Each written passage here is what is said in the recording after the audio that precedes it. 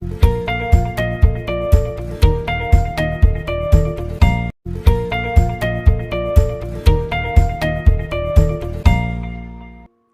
The lord.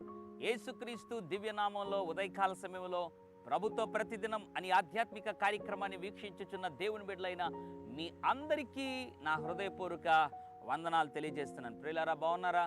దేవుడు నూతన సంవత్సరంలో నిన్ను అత్యద్భుతంగా ఉన్నతంగా దేవుడు ఆశీర్వదించాలని దేవుడు ఆశపడుతున్నాడు. నీవు కూడా ఈ సంవత్సరం నేను ఆశీర్వదించబడితే బాగుంటుంది అని ఎదురు చూస్తున్నావు కదా.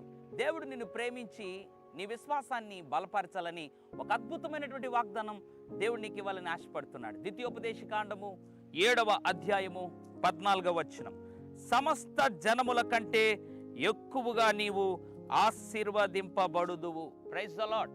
సమస్త జనము కంటే ఎక్కువగా నీవు ఆశీర్వదించబడదు. ఎవరు పడితే వారు కాదు.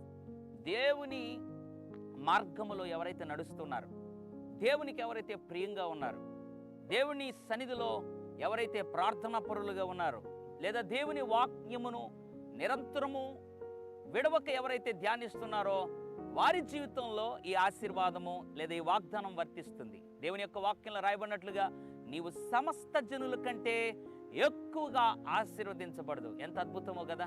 నీ ఫ్రెండ్స్, నీ బంధువులు, నీ రక్త సంబంధులు, నీ తోబుట్టువులు, ఆప్తులు అందరూ కూడా ఆశీర్వదించబడి ఉండొచ్చు.